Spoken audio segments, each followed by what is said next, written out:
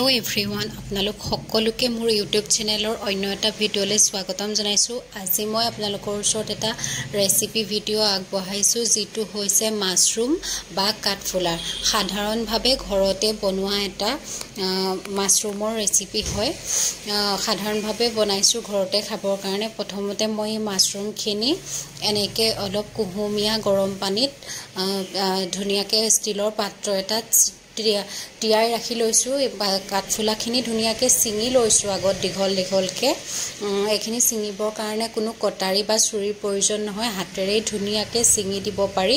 অলপ দেৰি 5-7 মিনিট মানৰ কাৰণে মই মাছৰুমখিনি গোটেইখিনি চিঙি ধুনীয়াকৈ ষ্টিলৰ চৰিয়াটোত ৰাখি দিছো।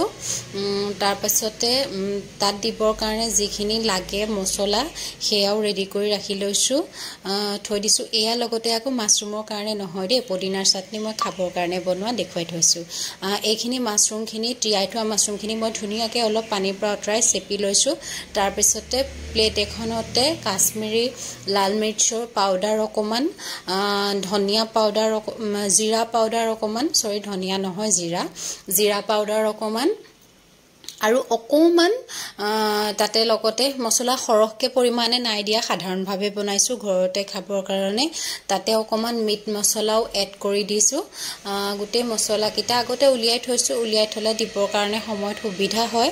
আপোনালোক সকলোকে মোৰ ইউটিউব চেনেলটোৰ যোনে যোনে ছাবস্ক্ৰাইব কৰা নাই ছাবস্ক্ৰাইব কৰি দিব, ভিডিঅ'টোৰ মাজতে জনাই থৈছো।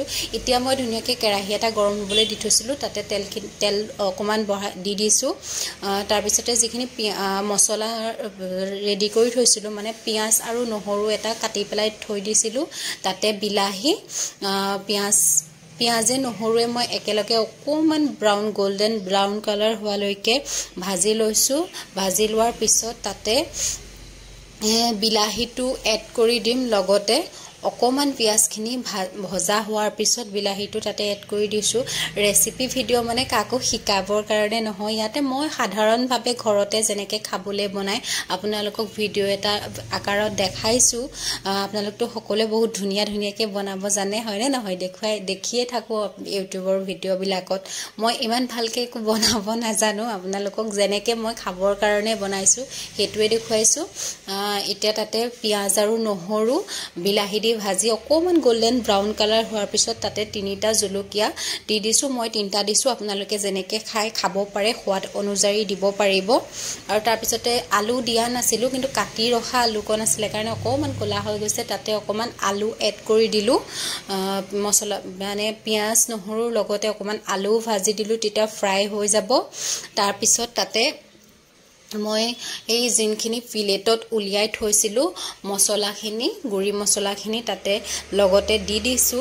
দি দিয়াৰ পিছত অকমান ভাজি 2 মিনিটমান ভাজি তাতে পিঁয়াজৰ হেৰিখিনিৰ লগতে নিমখ আৰু তাৰ পাছত তাতে হালধি জোখমতে আন্দাজমতে দি দিছো।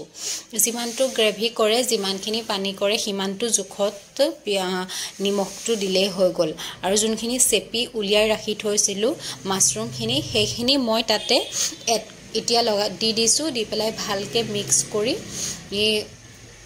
লৰাই পেলাই ৰাখি দিছো। এয়া দেখিছে অলপ হৈ গৈছে, বেছি দেৰি নালাগে, কোমল হয় যিহেতুকে বস্তুটো ধুনীয়াকৈ সিজি যায়। খাবৰ কাৰণে বহুত ভাল লাগে, টেষ্ট লাগে। মাংসৰ যিটো মাংস খালে মানে যেনেকুৱা টেষ্ট আহে তেনেকুৱাই লাগে। তাৰপিছতে মই অকমান হ'বৰ কাৰণে ৰাখি দিছো, সিজি গৈছে আৰু অলমষ্ট। তাৰ পাছতে তাতে মই অকমান ভাল উতলা গৰম পানী অকমান যিহেতুকে হেৰি কৰা নাই গ্ৰেভি নিচিনা, তাতে দি দিছো।